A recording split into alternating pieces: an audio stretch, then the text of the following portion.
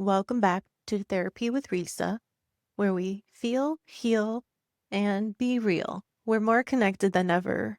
Social media, texting, video calls. So, why is it that 1 in 3 adults say they're lonely? Here's a surprising truth.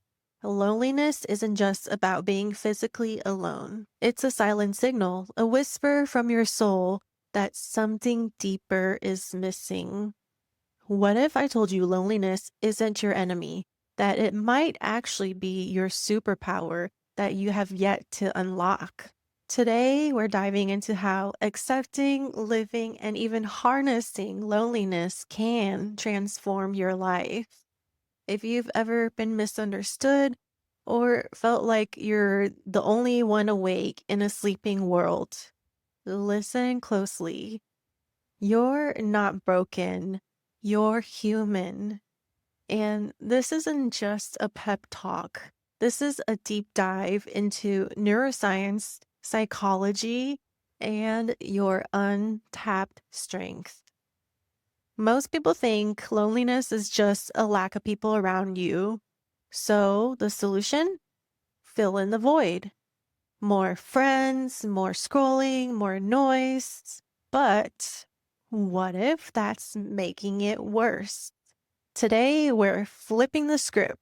Loneliness isn't a flaw, it's a signal. And if you listen, it can teach you more about yourself than any relationship ever could. Here's the mind bender. Loneliness isn't just about being alone. It's about the gap between the connections you currently have and the ones you crave. And that gap, it isn't just empty space. It's a map, a compass pointing to what you truly need. Because loneliness isn't always about missing people, it's about missing alignment. It's the distance between the connections you settle for and the ones you crave. And that craving, it's not for more faces or more small talk. It's for the kind that sees you, the kind that feels you, and the kind that makes silence sacred. Neuroscience backs this. When you feel lonely, your brain's dorso-anterior cingulate cortex, the part of your brain that experiences physical hunger, screams, "Feed me! I want something real."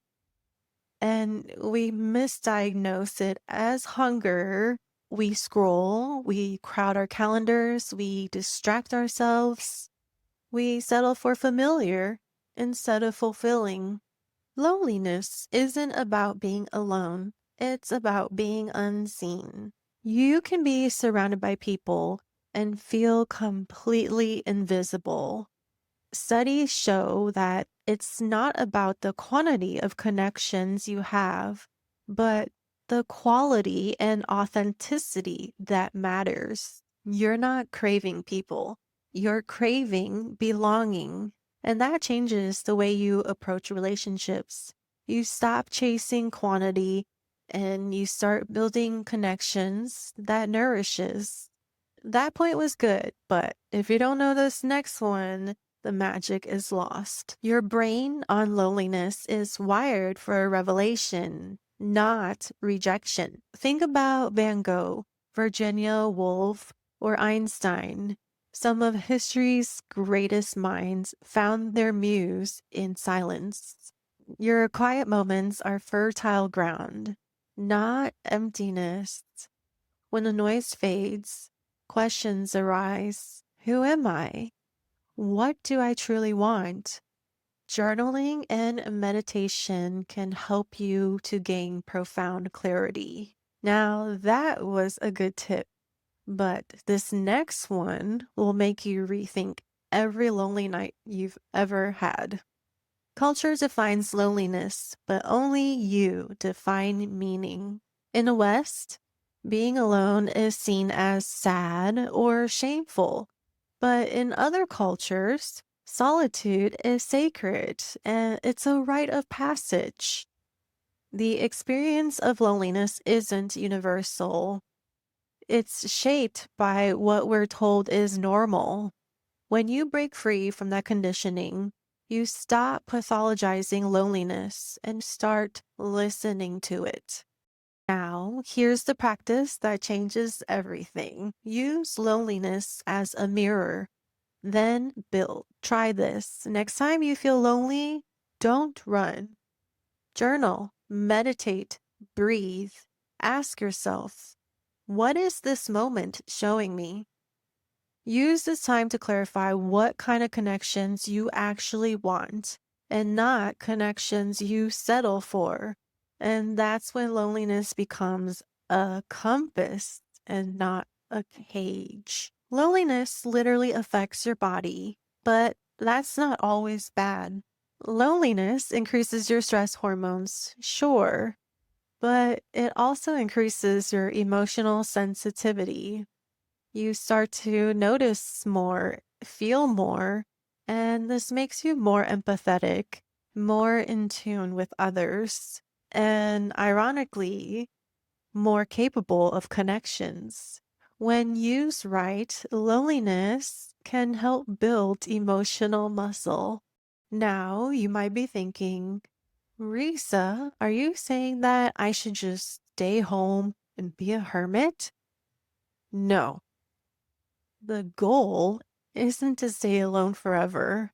The goal is to use loneliness as a tool so that when you connect on a whole new level. So here's the takeaway. Loneliness isn't your enemy. It's your teacher. The next time you feel it, don't run. Get curious. Ask yourself what it's trying to show you. Only people capable of deep connection feel loneliness. Loneliness is not a weakness. It's your soul saying, I'm meant for something deeper. Accepting loneliness means honoring your capacity to feel. And that is a gift that too many people numb out of existence. So, if you've made it this far, here's what I want you to remember. You are not alone in your loneliness. You just haven't fully met yourself yet. And now you are on your way. Don't run from loneliness. Sit with it. Learn from it. Let it guide you. And if you're ready to start seeing loneliness differently, hit that subscribe button because this channel is here to turn your hardest battles to your biggest breakthroughs. Thanks for watching. We'll see you next time.